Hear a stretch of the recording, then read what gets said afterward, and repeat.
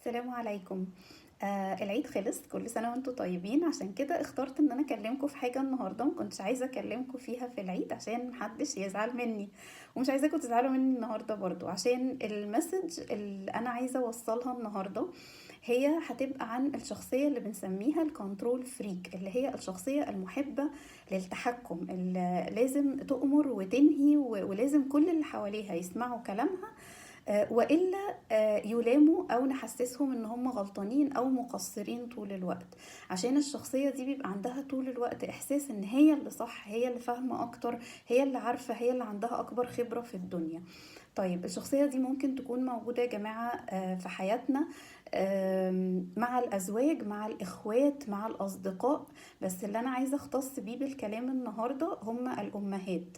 طبعا الأمهات على راسنا من فوق طول الوقت، ولكن الأم الكنترول فريك اللي بيفضل التحكم في أولادها مستمر من فترة الطفولة لفترة النضوج، مرورا بفترة المراهقة، هي بتدفع ولادها من غير ما هي تشعر ان هم يبعدوا عنها، ان هم يدوروا على مكان تاني بيديهم السبيس في التفكير، بيديهم مساحة يفكروا، مساحة يجربوا. وللأسف ساعات بيبقى الشخصيات اللي غير الأمهات اللي هم بيلجأوا لها هربا من تحكم الأم، اللي هي الكنترول فريك بيرسون، بتبقى شخصيات استغلالية. بيستغلوا ان هم هربانين من عند حد مش مديهم مساحتهم في التفكير، ولا مديهم الحرية انهم يجربوا ويتحملوا مسؤولية الاختيارات بتاعتهم.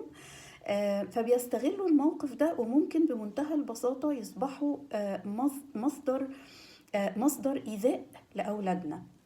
فطبعا احنا محدش بينكر ابدا ابدا على الام ان هي لازم طول الوقت تكون بتراقب تصرفات ولادها في كل المراحل العمرية، ولكن المراقبة دي بتقل بطبيعة الحال بعد ما بيبقوا أطفال، بيبقوا مراهقين، حياتهم بتبقى بره البيت شوية، بعد كده بيبقوا ناضجين، فبيبقوا اشتغلوا، اتجوزوا، ففترات المراقبة عليهم بتقل. مش فترات المراقبة بقى هي المهمة قوي هنا كمان، لا، هي التحكم في تصرفاتهم.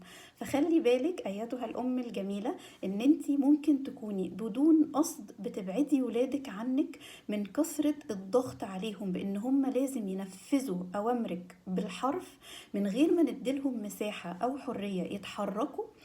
وبنمنعهم وقتها انهم يطلعوا اشخاص مسؤولين بيتحملوا نتيجة اختياراتهم، وللأسف كمان ممكن وقتها ندفعهم ان هم يلجأوا لاشخاص يبقوا مصدر ايذاء في حياتهم. فخدي بالك، وكل سنة وانتي طيبة.